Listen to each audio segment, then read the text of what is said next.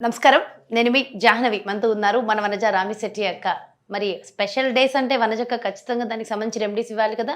ఏకాదశి వచ్చేస్తుంది. మరి ఆషాఢ మాసంలో వచ్చే కృష్ణ పక్షంలో ఏకాదశిని ఏమంటారు? ఆ రోజు మనం ఆచరించవలసిన విధి విధానాలేంటో వనజక్క మాటల్లో అడిగి తెలుసుకుందాం. నమస్తే వనజక్క. నమస్తే జాహ్నవి. వనజక్క, మరి ఆషాఢంలో కృష్ణ పక్షంలో వచ్చే ఏకాదశి. ఈ ఏకాదశిని ఏమంటారు? మరి ఏం రెమెడీలు చేయడం వల్ల ఎలాంటి ప్రయోజనాలు ఉంటాయంట?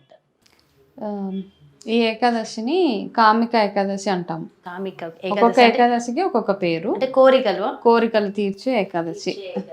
అన్ని ఏకాదశి ప్రతిసారి భగవంతుడు మనం ఎంత నిష్ట నియమంగా నమ్మకంతో ఏది చేసినా భగవంతుడు ఆ కోరిక తప్పకుండా తీరుస్తాడు మనకి. ఇప్పుడు ఏవైతే మేనిఫెస్టేషన్స్ ఇవన్నీ మాట్లాడుతున్నారు కదా, చాలామంది మేనిఫెస్టేషన్స్ అంటారు. ఈ మేనిఫెస్టేషన్స్ అన్నది ఒక ఫ్యాన్సీ వర్డ్ అనిపిస్తుంది నాకు. మనం చేసే రెగ్యులర్గా పూజలు ఏవైతే ఉంటాయో, రెగ్యులర్గా ఏకాదశి పూజలు, అవి మన మనసులో ఏదైనా కోరిక అడిగి చేసుకుంటే కనుక డెఫినెట్గా అవి మనకి ఆ కోరిక తీరుతుంది అనమాట. అంటే మనస్ఫూర్తిగా ఎలా అంటే ఇంకా కంప్లీట్గా మనం భగవంతుడికి సరెండర్ చేసేసి ఆ మేనిఫెస్టేషన్స్ అంటాం. ఓకే, అట్లా చేస్తే మనం ఏదైతే భగవంతుడి మంచి మాటలతోటి, ఒక చిన్న ఎగ్జాంపుల్ చెప్తాను, సైంటిఫిక్గా కూడా ప్రూవెనే.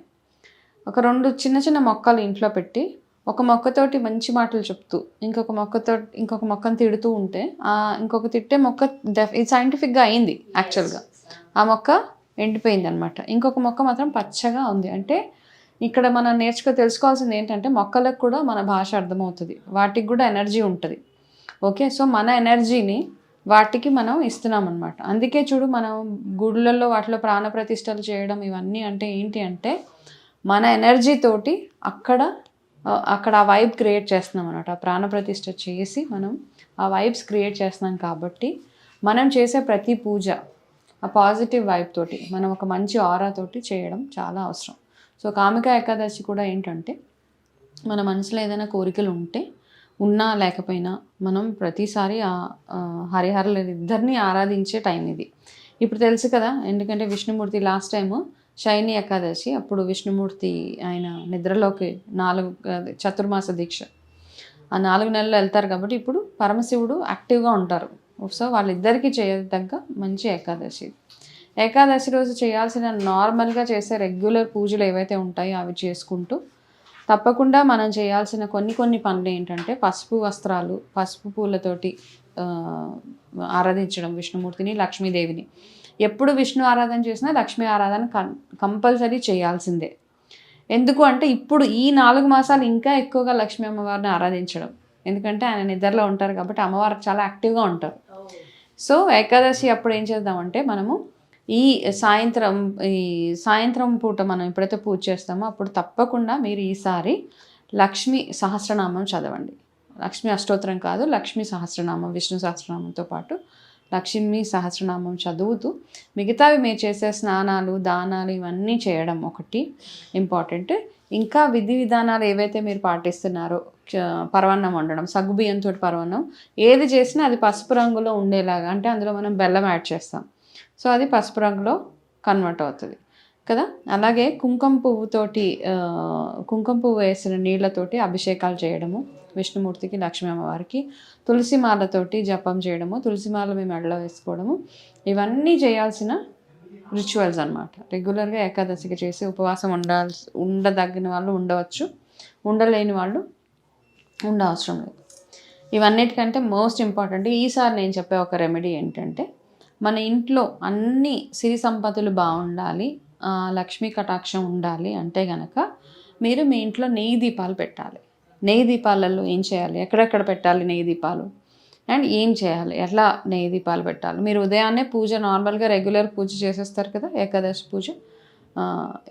పూజ అయిపోయిన తర్వాత ఉపవాసం ఉంటారు. సాయంత్రం ఏం చేస్తారు అంటే, మీ దేవుడి గదిలో 2 నెయ్యి దీపాలు వెలిగించండి. 2 వెలిగించినప్పుడు ఆ నెయ్యి దీపాలలో కాస్త మనకి కస్తూరి అని దొరుకుతుంది. కస్తూరి మంచి వాసన వస్తుంది. అది దాంతోపాటు ఒక్కొక్క కుంకుమ పువ్వు ఇలా తీస్తే కొంచెం ఒక చిన్న స్ట్రాడ్ లాంటిది వస్తుంది కదా, ఒక కుంకుమ పువ్వు రెబ్బ అందులో ఈ దీపాలలో వేయడం. 2 ఒక్కొక్కటి వేసిన తర్వాత 2 దీపాలు మీ మెయిన్ ఎంట్రన్స్ దగ్గర పెట్టండి.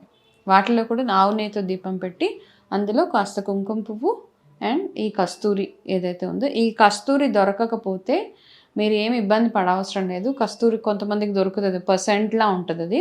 ఆ కస్తూరి లేకపోతే మనకున్న ఆప్షన్స్ ఏంటంటే యాలకులు, ఒక్కొక్క యాలకు అందులో వేయడము.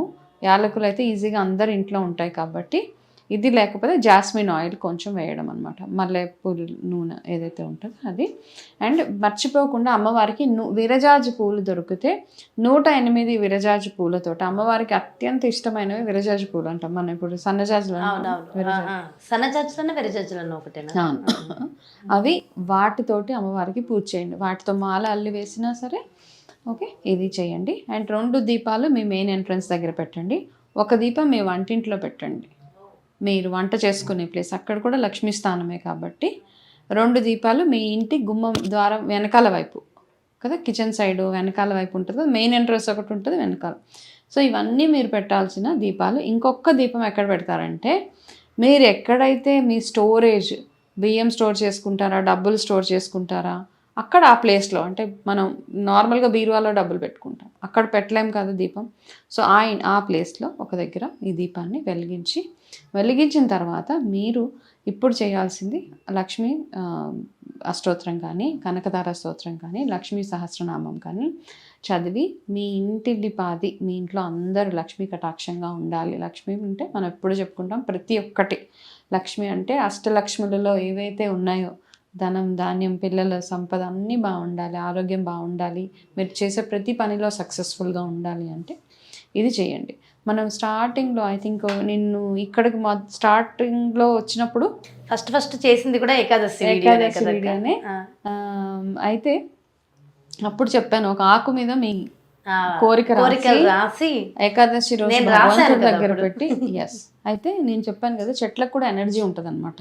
ఆ ఎనర్జీని మనం పంపిస్తున్నాం యూనివర్స్కి. ఇప్పుడు అన్నీ అంటే ఇప్పుడు చాలామంది డిఫరెంట్ వర్షన్స్ యూజ్ చేస్తున్నారు. యూనివర్స్ అంటారు, లేకపోతే మేనిఫెస్టేషన్స్ అంటారు. ఇవన్నీ మనం చేసే పూజల్లో భాగంగానే ఉన్నాయన్నమాట.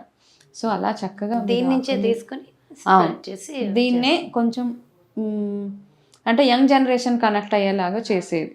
ఓకే, కొంచెం డిఫరెంట్గా ఈ హీలింగ్స్ అంటారు, యూనివర్స్కి కనెక్ట్ అవుదాం అంటారు. ఇవన్నీ నార్మల్గా మనకు కూడా మన పూజల్లో ఉన్నవే కాబట్టి ఫస్ట్ మనం చేయాల్సింది ఏంటంటే మన సాంప్రదాయాల్ని, మన పద్ధతుల్ని ఫాలో అవుతూ వాటిని ముందుకు తీసుకెళ్తేనే దీంట్లోనే ఎక్కువ బలం ఉంటుంది. అంటే నేను అనుకుంటున్నా ఈ మధ్యకాలంలో ఒక్కసారి మామూలుగా బియ్యం ఉంటాయి కదా, వరిని ఫస్ట్ పాలిష్ చేసి, ఫస్ట్ రైస్ ఉంటాయి కదా, దాంట్లో నిజంగా ప్యూర్గా బలం ఉంటుంది. దాన్ని అలా వాడితే, కానీ ఇప్పుడు ఏం చేస్తున్నాం అంటే దాన్ని పాలిష్ చేసి టేస్ట్, నోటికి టేస్ట్గా వెళ్ళిపోతుంది, కానీ నిజం చెప్పాలంటే అంతగా డైజెస్ట్ అవుతుంది, ఆ రోగాలు కూడా వస్తున్నాయి. అసలు ఒరిజినల్ రైస్ ఏది ఉందో అది హెల్త్కి చాలా మంచిది. అలా మన సనాతన ధర్మం ఏది చెప్పిందో అది ఇంకా బలం ఇస్తుంది. కానీ మనం పాలిష్ చేసి స్టైల్ దాంట్లో కూడా ఉంటుంది, కానీ ఇన్స్టెంట్గా ఉంటుంది, ఇన్స్టెంట్గా పోతుంది. అదే స్ట్రాంగ్ ఇది పట్టుకుంటే ఇలా ఉంటుందని నాకు రీసెంట్గా బాగా ఆలోచిస్తున్నప్పుడు అనిపించింది. కరెక్టే, మంచి కోరిలేషన్, కరెక్టే కదా. సో అలాగే ఏంటంటే మన సనాతన ధర్మంలో, మన పురాణాల్లో ఏదైతే ఎట్లా అయితే పూజా విధానాలు అవన్నీ ఉన్నాయో అవి మనం ఫస్ట్ ప్రమోట్ చేయడము, అవన్నీ నేర్చుకోవడము చాలా చాలా అవసరం. కాబట్టి పద్ధతులను ఫాలో అవ్వకుంటూ, మన పద్ధతులు ఏవైతే ఉన్నాయో అవి ఫాలో అవ్వకుంటూ చేసుకోవడం చాలా ఉత్తమం యాక్చువల్గా. సో ఏకాదశికి మిగతావి మీరు చేసే రెగ్యులర్ పూజలు ఏవైతే ఉన్నాయో, మీరు రెగ్యులర్గా ఆరాధన, విష్ణు ఆరాధన, శివారాధన ఇవన్నీ చేసుకుంటూ అడిషనల్గా ఈ ఒక్క దీపాన్ని ఒకటి పెట్టడం వల్ల మీకున్న చిన్న ప్రాబ్లమ్స్ ఏమైనా ఉంటే అది కూడా కోరిగేటప్పుడు మనస్ఫూర్తిగా అడగడం చాలా అవసరం అన్నమాట. ఎస్, చాలా చాలా చాలా బాగా ఎక్స్ప్లెయిన్ చేశారు అక్క. థ్యాంక్ యూ సో మచ్ వంజక్క. నమస్తే. సో చూసారు కదండి, కామిక ఏకాదశి. మరి ఈ కామిక ఏకాదశిలోనే ఉంది మన కోరికలను తీర్చేటటువంటి అద్భుతమైన ఏకాదశి. మరి ఈ రోజు మనం ఆచరించవలసిన విధి విధానాలు ఏంటి, దీపం ఎలా పెట్టాలి, ఏ విధంగా పెట్టడం వల్ల మనం అనుకున్న ప్రతి కోరిక నెరవేరుతుంది అనే చక్కటి రెమెడీస్ మన వనజక్క అందించారు కదా. మరి అదేవిధంగా పర్సనల్గా చాలామంది రెమెడీస్ కావాలి, వనజక్క అపాయింట్మెంట్ కావాలి అని కాల్స్ చేస్తున్నారు. మరి ఎవరెవరైతే వనజక్క అపాయింట్మెంట్ కావాలి, పర్సనల్గా మీ జాతకానికి అంటే మీకు పర్సనల్గా సెట్ అయ్యే రెమెడీస్ తీసుకోవాలని అనుకుంటే క్రింద డిస్ప్లే అవుతున్నటువంటి నెంబర్స్కి కాల్ చేయండి, అపాయింట్మెంట్ తీసుకోండి. నమస్తే.